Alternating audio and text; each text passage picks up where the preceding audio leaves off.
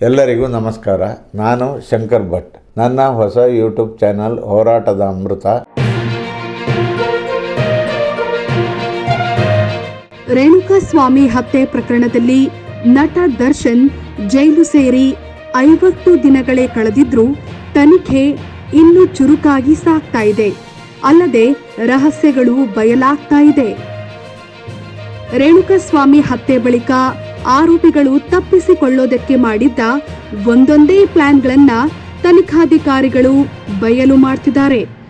ಮನೆಯಲ್ಲಿರುವ CCTV delete ಮಾಡಿರೋದ್ರಿಂದ ಹಿಡಿದು ಎಲ್ಲಾ ಸಾಕ್ಷ್ಯ ನಾಶಕ್ಕೆ ಆರೋಪಿಗಳು ಯತ್ನಿಸಿದ್ರು.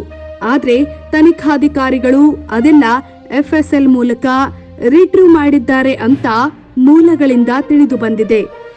ಅದೇ ರೀತಿ ದರ್ಶನ್ ತಪ್ಪಿಸಿಕೊಳ್ಳೋದಕ್ಕೆ ರಾಜಕಾರಣಿಗಳಿಗೆಲ್ಲ ಕರೆ ಮಾಡಿದ್ರಂತೆ.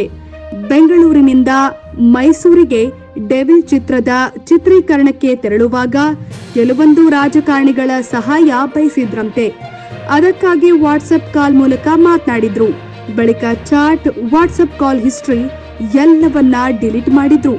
ಆದ್ರೆ ತನಿಖಾಧಿಕಾರಿಗಳು ಈ ಎಲ್ಲಾ ಮಾಹಿತಿಯನ್ನ ರಿಟ್ರೀವ್ ಮಾಡೋ ಪ್ರಯತ್ನ ಮಾಡಿದ್ದು ಸೋಮವಾರ ರಿಪೋರ್ಟ್ ಪೊಲೀಸರ ಕೈ ಸೇರಲಿದೆ ಅಂತ ಮೂಲಗಳಿಂದ ತಿಳಿದು ಬಂದಿದೆ.